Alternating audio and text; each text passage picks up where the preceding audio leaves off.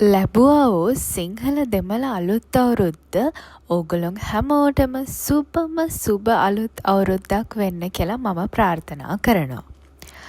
ඔන්න ඉතින් මම නම් මෙදා සැරේ අලුත් අවුරුද්දේ කොකිස් හදන්න තමයි ලෑස්ති වෙන්නේ. ඇත්තටම ඔය මම කොකිස් හදන්න පටන් ගත්තේ අවුරුද්ද දවසට කලින් දවසේ රෑ.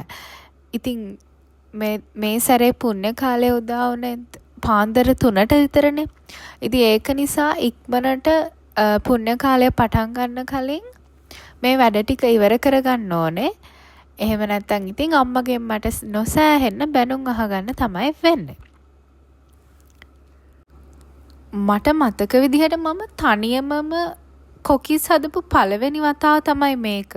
මීට කලින් ගෙදර කොකිස් හදලා තියෙනවා. උනාට ඒ වතාවල් වලදී අම්මා තමයි හැදුවේ. දැන් අද මම තනියමම හදන්න යන්නේ. මුලදී නම් පොඩ්ඩක් වැඩේ අමාරු වෙනවා. හැබැයි අන්තිම වෙද්දී වැඩේ ගානට මට කරගෙන යන්න පුළුවන් වෙනවා. කොකිස් විතරක් නෙවෙයි මම අතිරසත් හදන්න තමයි හැදුවේ. ඒ වුණාට ඉතින් ඕක හදන්න ගිහින් අන්තිමට වෙලාමදි වුණොත් ඒක මට ලොකු ප්‍රශ්නයක් වෙන නිසා කොකිස් විතරයි හැදුවේ. මෙතනින් තව තෙල්. අනේ මට තෙල් එක වැඩේ කරන්න බෑ. දැන් මමද බදින්න ඕනේ. ඈ මොකට බදින්න බෑ. නේ දිප්පදින්න තියෙන්නේ බදින එක විතරයි වට කියලා. ඒකට ටික ඔක්කොම මවුනේ කරේ. මික්ස් එක හදලා දෙන එක තමයි මම කරන්නේ. මම බදින්නේ හිමාව පිච්චුණා. ඉතින් හදලා අවුරුදු 20කට නම් අනේ උනාට මං කළම නෑ. සුදුසුති. එහෙම කරන්න එපා මම. ඔක හොඳට පස්සේ මේක දාලා දැක්කනේ ඉතින් අපේ අම්මගේ නීති රීති ගොඩ. ඉතින් දැන් ඕක හදාගත්ත එකේ බඳින්නමත් වෙනවනේ. ඒක නිසා ඕගොල්ලොන් දන්නවනේ මම කිසිම දෙයක් එහෙම ලේසියෙන් අතාරින පුද්ගලයෙක් නෙවෙයි කියලා. අනේක නිසා මමම වැඩේට බැස්සා. ඒ වුණාට ටික වෙලාවක් යද්දී පළවෙනි එක අම්මා මට කරලා දෙන්නම් කිව්වා. ඒ වුණාට බලන්නකො වෙච්ච වැඩේ. ඒ පළවෙනි එකම ලොකු ෆේලියර් එකක් වුණා. ඒක අම්මට හරියට හදාගන්න බැරි වුණා ඇත්තම කිව්වොත්. ඒක නම් ඇත්තටම උනේ මං හිතන්නේ අපි දැන් නිතරම කොකිස් හදන අය නෙවෙයිනේ. ඉතින් එතකොට අවුරුදු ගානකට පස්සේ ඔක පාවිච්චියට ගන්නකොට ඔය කොකිස් අච්චුව කලින් දවසේ කියන්නේ කොකිස් හදන්න කලින් දවසේ රත් කරලා ගන්න ඕනේ. කියන්නේ තෙල් වල දාලා ඒක පොඩ්ඩක් පදම් වෙන්න තියන්න ඕනේ. එහෙම කරපු නැති නිසා තමයි මේ පළවෙනි කොකිස් එක අවුල් ගියේ. ඒ වුණාට ඊට පස්සේ ඉඳලා කොකිස් ටික ඉතින් හොඳටම කරගන්න පුළුවන් වුණා. ස්පෙෂලි මම වැඩේට බැස්ස කියන්නේ ඉතින් කොකිස් ටික සුපිරියටම හැදෙනවා. සුපිරියටම හැදෙනවා කියවට මටත් දෙකක් තුනක් වැරදුනා. ඒ වුණාට දැන් මේ කොකිස් මිශ්‍රණයට මම බිත්තරයකුත් දාපු නිසා ලේසියෙන්ම මේ ටික ගලව ගන්න පුළුවන් වුණා. අනිත් එක ඉතින් ඔක ගලවද්දි පොඩ්ඩක් කැඩුනායි කියලා රසය වෙනසක් වෙන්නේ නැහනේ. ඒක නිසා ඉතින් කැඩුනායි කියලා එහෙම ප්‍රශ්නයක් නැහැ. කොකිස් ටික හොඳට රසට ආවා. ඒ අනිත් එක ඔක්කොම කැඩුනෙත් නැහැ. ගොඩක් ඒවා හොඳට තිබුණා. ඔන්න අද තමයි අලුත් අවුරුද්ද දවස. ඉතින් ලිපගිනි මොලවන්න කලින් මම ගියා බුදුහාමුදුරන්ට පහන තියන්න. ඔය ඔතන මම ස්පාසිලෝන් එකේ බොඩි ස්ප්‍රේ එකක් නෙවෙයි මල් වලට ස්ප්‍රේ කරන්නේ. ඒ බොඩි ස්ප්‍රේ බෝතලයකට වතුර පුරවලා තියෙන්නේ. ඉතින් එහෙම වතුර පිරෙව්වට පස්සේ ඔය විදිහට ලස්සනට මල් ටික හොඳට ෆ්‍රෙෂ් විදිහට තියෙනවා. ඊට පස්සේ මම බුදුන් වහන්සේලා ඉවර වෙලා ටක් ගාලා පල්ලෙහාට යන්න ඕනේ. මොකද නැත්තම් ආහාර පිසින නැකත මට මිස් වෙන්න පුළුවන්. අපි සාමාන්‍යයෙන් ආහාර ඒ කියන්නේ ලිපගිනි මොලවන නැකතට කිරි උතුරවන්නේ නැහැ. කිරිබත් එක තමයි කෙලින්ම ලිපේ තියන්නේ. මොකද එහෙම නැතුව දෙකම කරන්න ගියොත් අපිට වෙලා මදි වෙන්න පුළුවන් කියලා හිතන නිසා ඒ විදිහට තමයි වැඩ ටික කරගෙන යන්නේ. දැන් රෑ 3 විතර ඉඳලා ඔය වෙලාව වෙනකම්ම බඩගින්න ඉවසගෙන හිටියට මට නම් හිතෙන්නේ දැන් ඔය ආහාර පිසින වෙලා ඒ කියන්නේ ලිපගිනි මල වෙන වෙලාවෙ ඉඳලා අපිට කෑම කන්න තියෙන නැකත වෙනකන් තියෙන වෙලාව තමයි ඉවසගෙන ඉන්න අමාරුම වෙලාව. ඒ වෙලාවේ හරිම අමාරුයි. කන්නේ කොයි වෙලාවෙද කියලා බඩගින්න දෙගුණ තෙගුණ වෙලාව දැනෙනවා. අනිත් එක තමයි අපි ITN එකේ මේ මොකද්ද ඒ කවුන්ට්ඩවුන් එක තමයි බැලුවේ.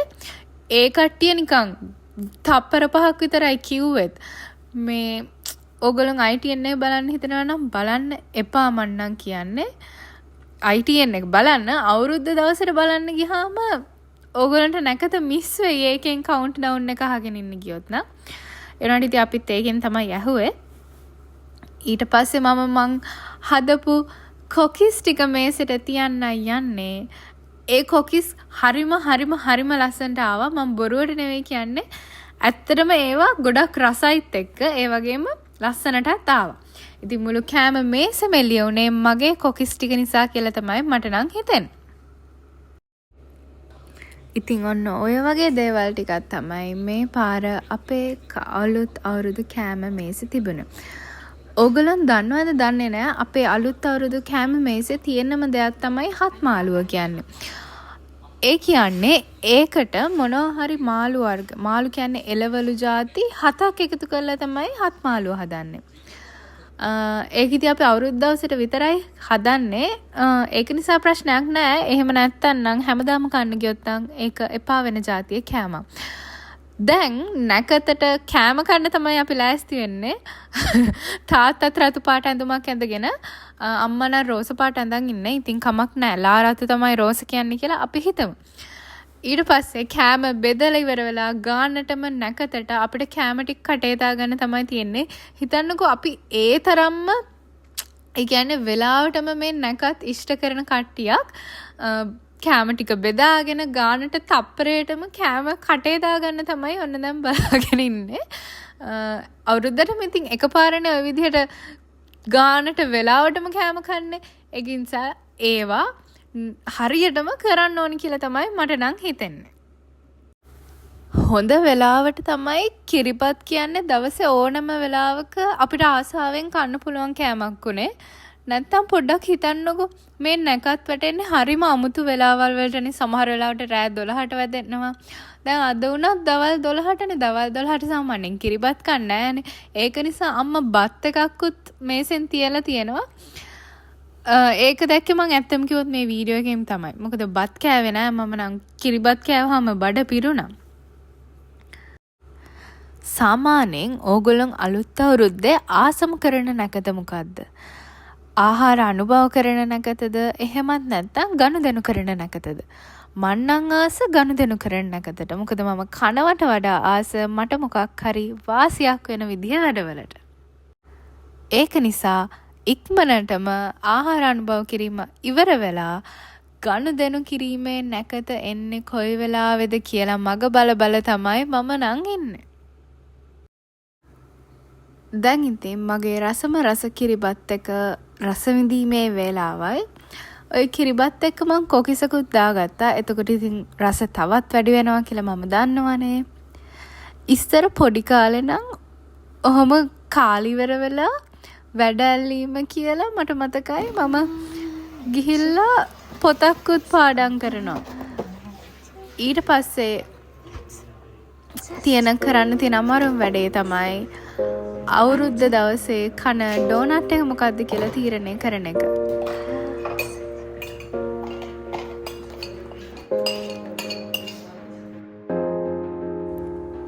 අතිරස හදන්න බැරි වෙච්ච නිසා පැණි රස මොනවත් තිබ්බේ නෑ. ඒක නිසා මං අලුත් අවුරුද්ද මතක් වෙන්නත් එක්ක පැණි කජු ඩෝනට් එකකින් භාගයක් කෑවා.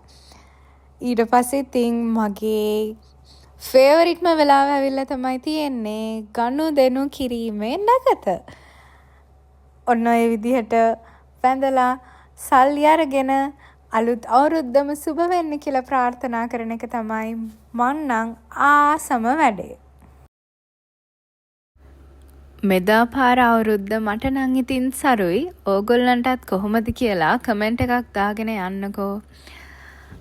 ඊට පස්සේ අපි අලුත් අවුරුද්දට නෑදෑයගේ ගෙදර යන්න ලෑස්ති වුණා. ඇත්තම කිව්වොත් එහෙ අලුත් අවුරුදු උත්සවයක් තියෙනවා කිව්වා. ඉතින් ඒකට මං ලුංගියක්වත් අරගෙන ගියා එහෙදි ඇඳ ගන්න. ඒ වුණාට ඔය යන ගමන් මට ඇත්තටම එහෙම ලොකු ෂුවර් එකක් තිබ්බේ නෑ. ඔය අවුරුදු උත්සවේ තියන්න පුළුවන් වෙයිද කියලා. මොකද අවුරුද්ද දවසේ රෑ හොඳටම වැස්සා. ඉතින් වැස්සේ තමයි අපි ඔය විදිහට ගියේ. හොඳ වෙලාවට අපි එහෙට යද්දී ඒ පැත්තට ඒ තරම් වැහලා තිබ්බෙත් නෑ. අනිත් එක තමයි අවුරුදු උත්සවයේ වෙලාවෙදිත් වැස්සේ නෑ මුල් හරියේදී අග හරියේදී නම් ඉතින් පොඩ්ඩක් වැස්සා. ඊට පස්සේ මම මගේ ලුංගියත් ඇඳගත්තා. ඔය තියෙන මගේ ලුංගි එක ඊට පස්සේ මොනවත් වීඩියෝ කරන්න උනේ නෑ. මොකද හරි නෑනේ අනිත් අයත් ඉද්දි වීඩියෝ කරන එක. ඊට පස්සේ අපි රෑ වෙලා අන්තිම මොහොතේ ග්ලෝ මාක් එකට ගියා. මොකද හෙට උදේටත් නෑදෑයෝ වගේක් අපේ ගෙදර එන්න තියෙන නිසා.